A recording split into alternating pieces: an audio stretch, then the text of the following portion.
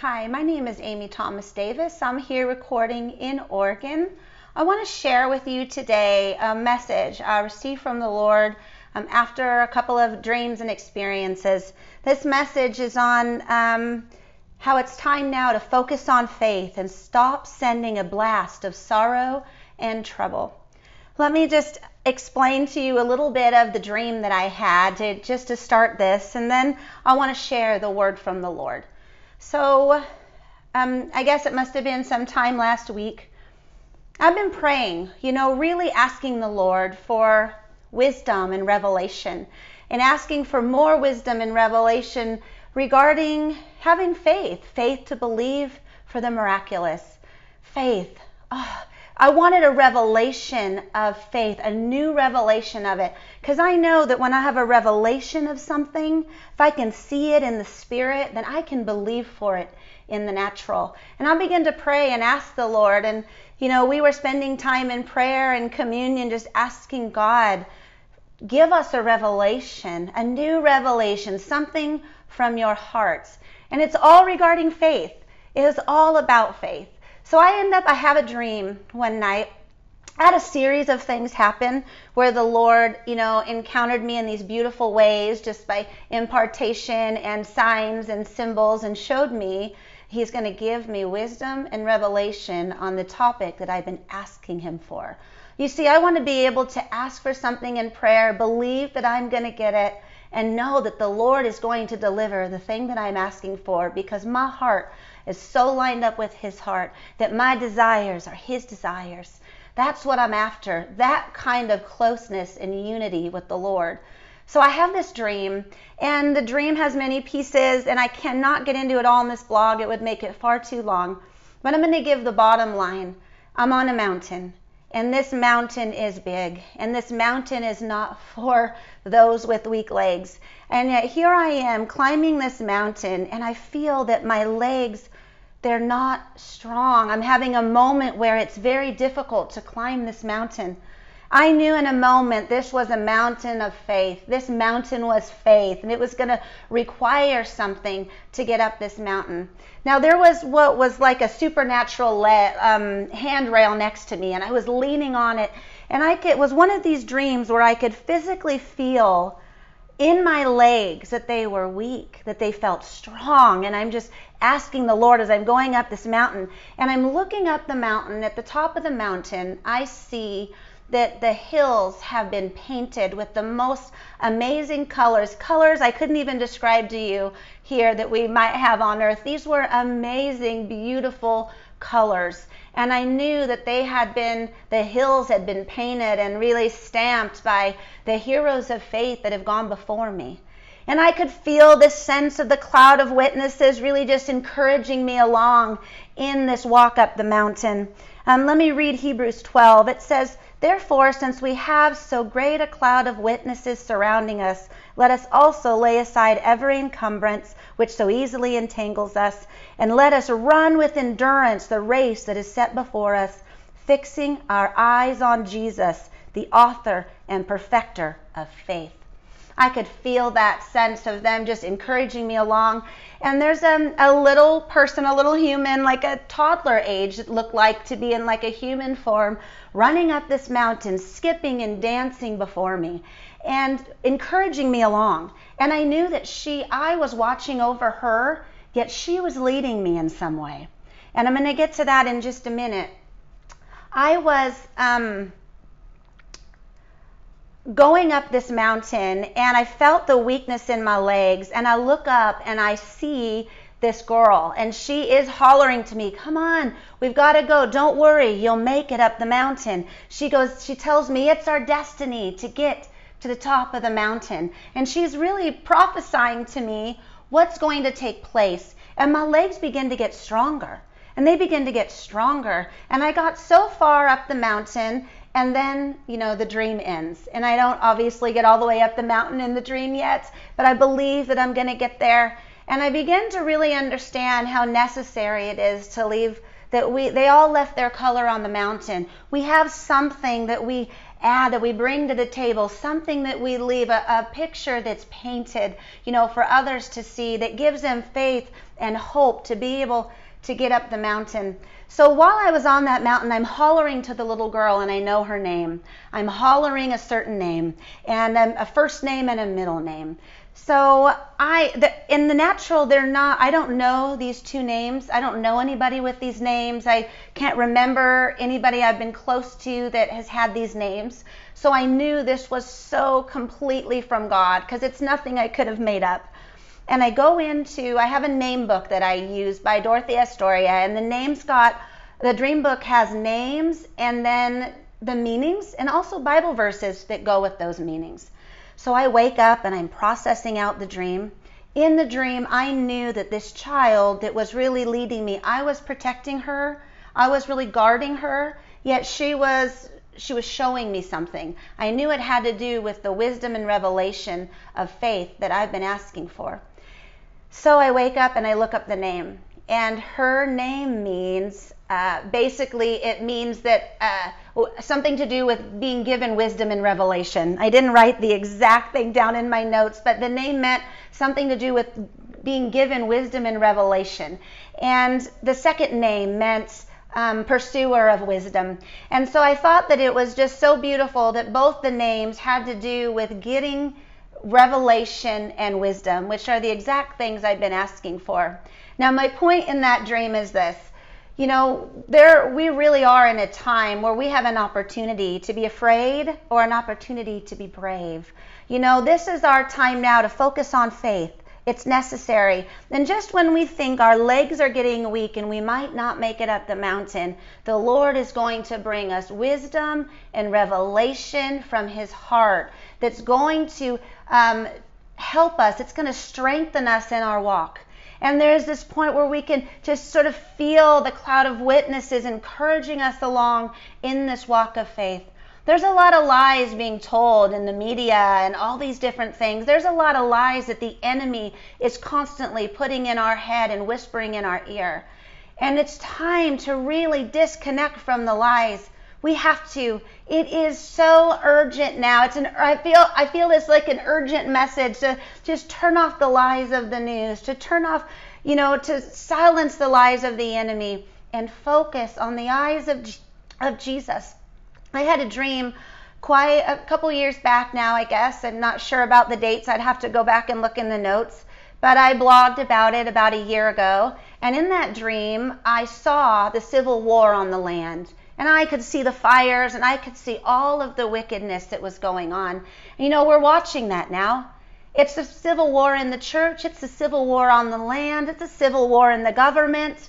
It's a civil war between people, even in households. There's civil wars going on. And that's just the reality of the time that we're in. But in this dream, I was not even allowed to look at the civil war on the land. I wasn't even allowed to, because you see, there are wars that we're called to and there are wars that we're not called to. And I feel like now is the time to really hear from God about what battles we're supposed to fight. Make sure that we're battling a fight that God has said we're to go into. I don't want to go into a war that is not graced by God. I don't want to. I don't have the energy to battle from my own strength. I just don't. I only want to go into the battles the Lord says, yes, I've set you up to go here, and I am going to bless you. I'm going to conquer on your behalf. And the thing is that we don't war with flesh and blood. We just don't. God is going to deal with people. We know this, but we don't war with flesh and blood. So we have this opportunity now. And in the second dream that I was talking about, where I saw the civil war on the land, I wasn't allowed to look at it. I saw it quickly and out of the side of my eye, and the Lord quickly lifted my chin and brought my eyes to the heavens. And here's a part I didn't share in the last blog that I did a year ago about the Civil War dream. When my eyes were fixed on heaven and fixed on what God was saying, the Lord showed me something I've never seen in a dream. He showed me in the heavens surveyor tools. Like when you're going to survey a land, when you're going to survey a land for, exploration or whatever it is, if you're going to you're surveying the land, what's the word, just to maybe put a house there, to build something. They have these surveyor tools, and they check out the land and make sure they're exploring the land. In this dream, there were surveyor tools up in the heavens. And I began to realize the Lord was showing me, I'm a surveyor tool. I can go to a land and survey. So I'm going there for that purpose of exploration, like they are exploring to see if this is the place we're going to plant. Or you can go to that place, and it's really, I think, in the spirit, can represent discernment, where you're discerning a place. And in this dream, I believe when I was seeing up in the heavens, I was being given something, this access really, as being a surveyor tool myself, to be able to go to a land, even another realm, and be able to survey it and see what's possible.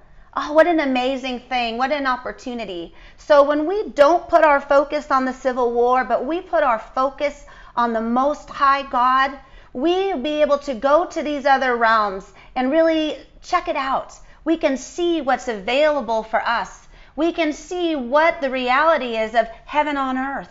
On earth as it is in heaven, and begin to plant and build from that place, from what we've seen in heaven. But that means that our eyes can't be focused on the civil war on the land. It just can't. I wasn't even allowed to look. The Lord, no. The Lord said, your eyes are fixed on me. Go up higher, go up higher. And we begin to drive up higher, up high, way up high, away from all of the nonsense. And it takes that kind of revelation from heaven to climb that mountain of faith. It takes that kind of revelation to be able to move to new places in the Spirit. It just does. And we don't get that if we don't come to the place where we're abiding with the Lord, truly abiding. If our focus is on all of the lies, then we have now pulled ourselves away from abiding with the Lord. And His desire is for us to know Him and to be known by Him. And that happens in this place of abiding. I'm going to read to you a journal entry. I went in and was studying Isaiah 58 and 2 Corinthians 4 because they were two of the scriptures that I was given in the dream. Like I said, I wasn't able to give a lot of details because it would take too long, but 2 Corinthians 4 and Isaiah 58. I'm going to read to you the journal entry that I got after studying these scriptures out. I studied them out for an entire day, just sat and studied out these scriptures and began to receive a word from the Lord for us now. This is what I felt from the Lord. Let there be a common opinion among the bride of Christ.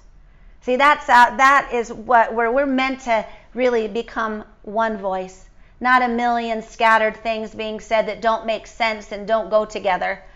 God doesn't speak this and then go over here and speak this.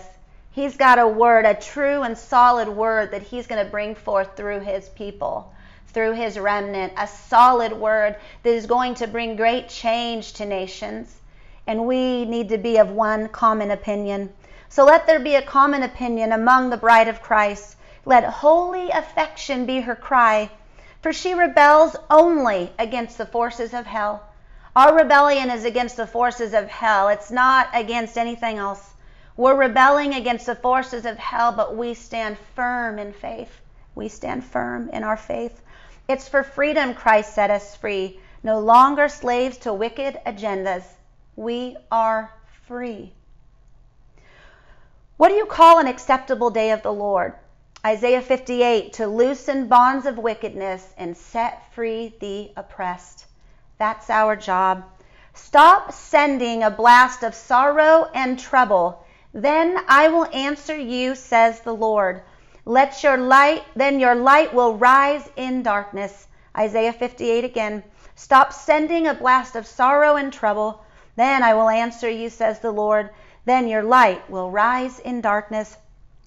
So we have a treasure in earthen vessels. His name is light, a radiance that fills us as we are experientially known by Him.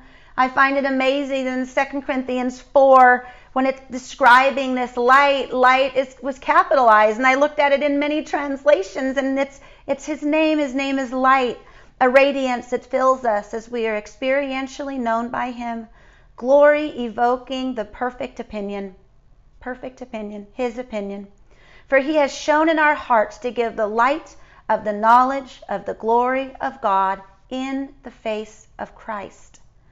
Here it is. We are afflicted, but not crushed, perplexed, but not despairing, persecuted, but not forsaken, struck down, but not destroyed.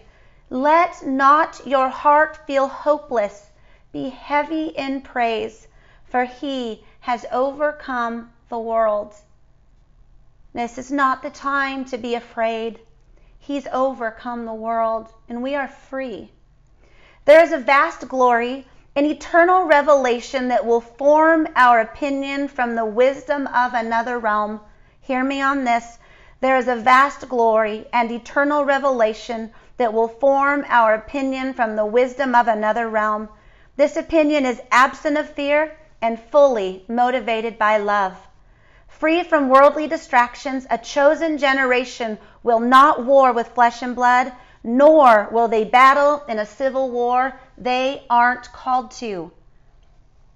That came to me so clearly. We're not to battle in a civil war that we're not called to. They will not be entangled by the media's web of lies. Instead, they will prophesy a clear voice of truth. This is what we're called to prophesy a clear voice of truth. I cry for the ones captivated by holy affection, for they are drawn to things unseen. In servile manner, a remnant will pursue the mountain of faith and leave their color on the hills. What an amazing opportunity to really pursue the mountain of the Lord, to be able to go there and leave our color on the hills, where the heroes of faith have gone before us and left their picture. Because we have a message, we have a voice, we have a word, we have a walk, we have something to say as we've been positioned with the heart of God. It's not time to talk for the sake of talking. It's time to hear from the heart of God and say what he's saying. Because he wants to speak a clear word, a word of truth to the people, to set free the captives. It's time. Who will ascend the mountain of faith? Few have gone there, for that mountain is strong. Some legs are weak. But I say to you, take courage. Do not join the blast of trouble. Let your light rise in the darkness. Let not your heart feel hopeless. Believe, for he has overcome the world. So our legs are being strengthened as we abide. I'm going to quickly go through just a couple of points. What are we supposed to do now? There's many things we can be doing, but as what I saw in my handful of dreams regarding the civil war and climbing the mountain, even when my legs felt weak, how did my legs get strengthened? I recognized where truth was. I recognized the person that was speaking a clear word, and it was revelation, and I know that it was wisdom. And if you're wondering why it was a toddler, I feel like that's kind of the level that we're at right now as far as hearing the voice of God. It's very limited in comparison to how big God is and how much revelation he wants to pour out. It's very young still. But there's this great opportunity for us to really bring forth the true word of the Lord as we're positioned there at his heart. So what do we need to do? Focus on faith. Focus on faith. Not on what we're afraid of. Not on the lies. Not on the changes even going on in the earth and going on in the church. Not on the things that are whispered in our ear or our doubts about what's going to take place. No, we're going to focus on faith. Abide. Stay a while with the Lord. Stay a while. I'm going to turn all of that off and I'm going to stay a while with the Lord. I'm going to get in his word. I'm going to hear his heart. I'm going to worship. I'm going to clear my head and I'm going to stay a while with the Lord. The next thing, be of good courage. Deuteronomy, be strong and courageous. Do not be afraid or tremble at them. For the Lord your God is the one who goes with you. He will not fail you or forsake you. To seek first the Lord. To seek first the Lord. Next thing, to stand firm.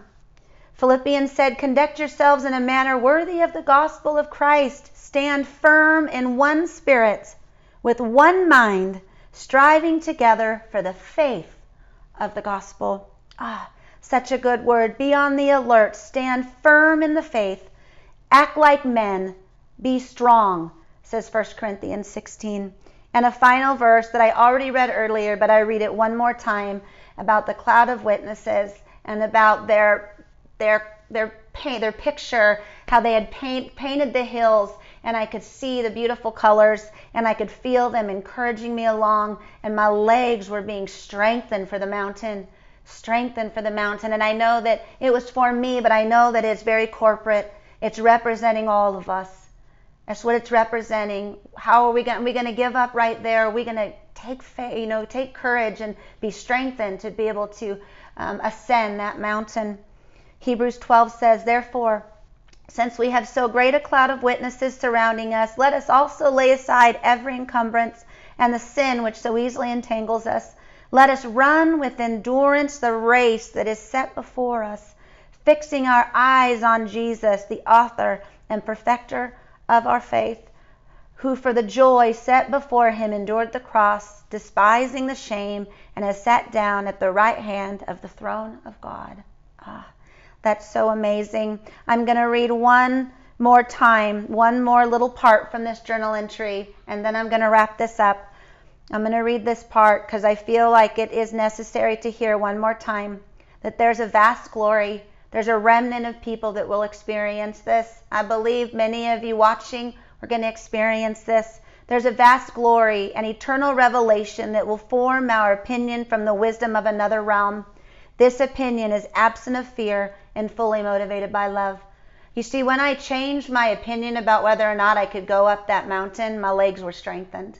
I got a little revelation. I gained a little wisdom, knew that I could get up that mountain, but I had to change my opinion about whether or not I thought I could do it. So what's our opinion? Is our opinion that we're going to be afraid of everything going on in the world? Or is our opinion that we're going to tuck close to the heart of God and trust that he's got a greater plan? Well, I bless you with this. I'm still really chewing on a lot of pieces of this because there was much more to it. But I hope you're blessed by this today. And I pray for you, and I pray for me, and I pray for all of us that our legs would be strengthened so we can stand firm, so that we can ascend the mountain, that we can go and leave our mark, we can leave our print, we can leave our color with the heroes of faith, and that we can be positioned to receive wisdom and revelation from the heart of God. I pray that for all of us in Jesus' name.